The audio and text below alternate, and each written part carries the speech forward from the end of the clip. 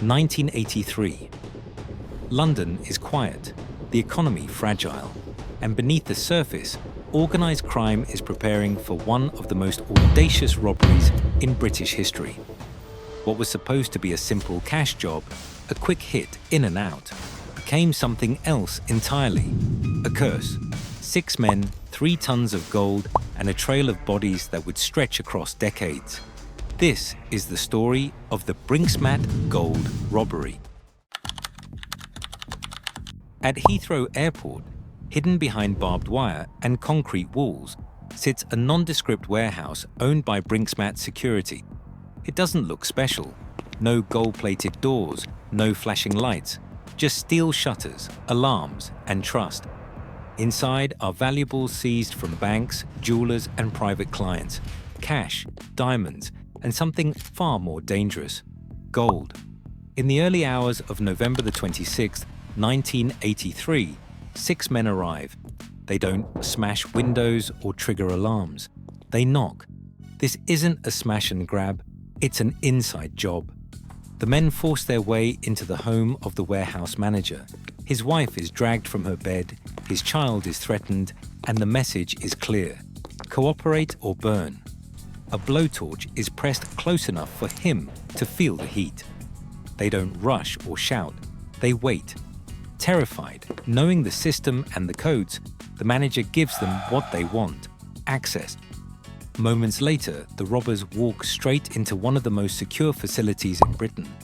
Undetected, unchallenged, invisible. They expect cash. They expect diamonds.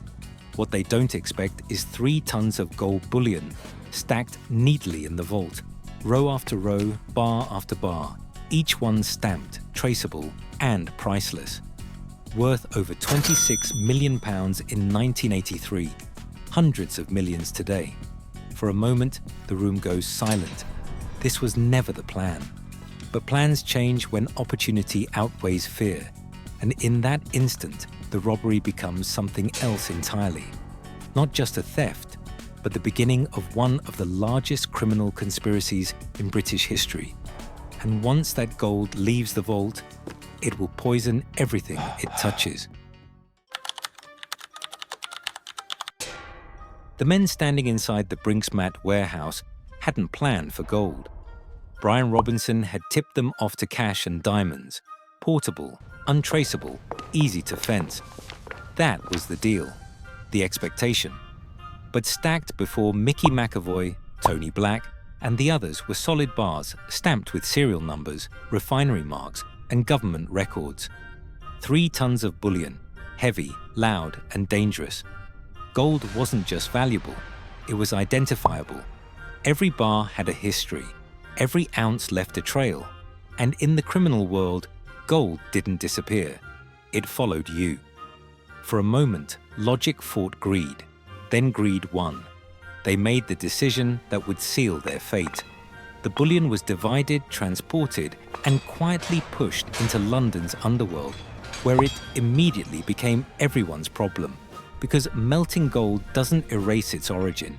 It multiplies the number of people who know where it came from. To move it, they needed specialists, and that's when new names entered the story. John Palmer, a respected jeweler in Hatton Garden, began refining the bars into smaller, clean pieces. Kenneth Noy, a violent career criminal with offshore connections, became involved in laundering the profits. The robbery was no longer a single crime. It had become a network. And with every hand that touched the gold, the secret grew weaker. Friends talked, associates watched, and law enforcement began to notice unusual movements in bullion markets, property purchases, and sudden wealth. This wasn't a clean escape. It was contamination. Gold doesn't forget who stole it. It marks everyone involved. And from this moment forward, the Brinksmat robbery stopped being about theft and became about survival. Gold is useless in its original form. You can't spend it, move it quietly, or explain where it came from. So it has to disappear. Within days of the robbery, the bullion begins its transformation. The bars are broken down, melted, and recast in makeshift foundries, some operating in industrial units, others hidden behind legitimate businesses. Serial numbers are erased, identifying marks destroyed, and the gold is reborn into something unrecognizable. Jewelry, coins, fresh bars stamped with new origin. At the center of this operation is Kenneth Noy, a seasoned criminal with international connections and access to refineries willing to look the other way. Noy understands something the robbers don't. Laundering gold isn't just about hiding it, it's about infecting the market. The newly melted gold moves through jewelers, dealers, and overseas buyers, passing through Switzerland, Liechtenstein, and the Middle East, each transaction pushing it further from its violent origin. Investigators will later estimate that up to 90% of Britain's circulating gold becomes contaminated by Brinksmat bullion, meaning wedding rings, luxury watches, even bank reserves are touched by the robbery. But as the gold spreads, so does paranoia. Money changes hands unevenly, promises are broken, and suspicions grow. Those who handled the melting begin to realize they know too much, and that knowledge makes them dangerous. Phone calls stop being returned, meetings grow tense, and quietly, without warning, the Brinksmat robbery stops being about money and becomes about survival.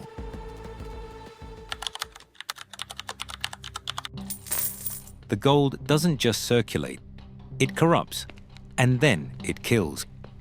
In the years following the Brinksmat robbery, death begins to trail the stolen bullion like a shadow.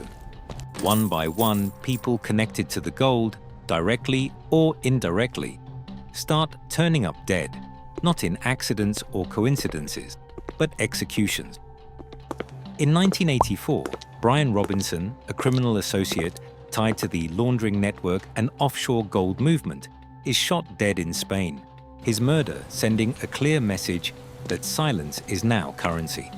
Then, in November 1985, the violence reaches law enforcement itself.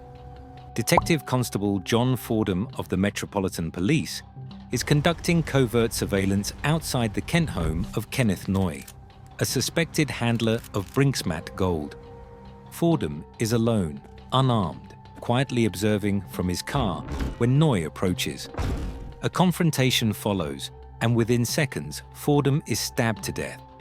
The killing shocks Britain, a police officer murdered during an investigation linked to stolen gold. Noy claims self-defense, but the courts don't believe him, convicting him not just as a killer, but as a man at the center of the Brinksmat shadow economy. The deaths don't stop. Through the late 1980s and into the 1990s, criminal figures linked to moving, protecting, or simply knowing too much about the gold begin disappearing. Some shot, others stabbed, others burned alive in arson attacks. Safe houses become execution sites. Foreign villas turn into crime scenes. One of the most notorious cases is Charlie Wilson, a veteran criminal later linked by investigators to laundering operations connected to Brinksmat gold. Gunned down in Spain in 1990, executed in broad daylight. By then, detectives stop counting isolated cases and start seeing a pattern. More than a dozen deaths become associated directly or indirectly with the robbery, some confirmed murders, others suspicious and unsolved, quietly filed away with notes referencing Brinksmat connections. Witnesses back out, informants disappear, and people who once talked suddenly remember nothing. Inside Scotland Yard, officers begin using a word, not officially, not on paper, but among themselves. The curse. The idea that anyone who touched the gold, anyone who profited from it, eventually paid for it, not in prison, but in blood. The robbery that began without a single shot fired had become one of the deadliest crimes in modern British history, not because of what was stolen, but because of what it turned people into. By the mid-1980s, the Brinksmat robbery is no longer just a theft. It's a slow-motion collapse. Police pressure tightens, surveillance expands, informants talk, and cracks begin to form inside a criminal network that once believed itself untouchable. Some of the men closest to the robbery are arrested early. Others sense the walls closing in and disappear, fleeing to Spain, the Caribbean, or the Middle East, with fortunes that can never be safely spent. At the center of the investigation is Kenneth Noy, a man who never entered the warehouse but becomes impossible to ignore. A known criminal, a skilled launderer, and a man whose wealth explodes overnight. When police raid Noy's home, they find gold, melted, reshaped, untraceable. But proving where it came from is another matter entirely.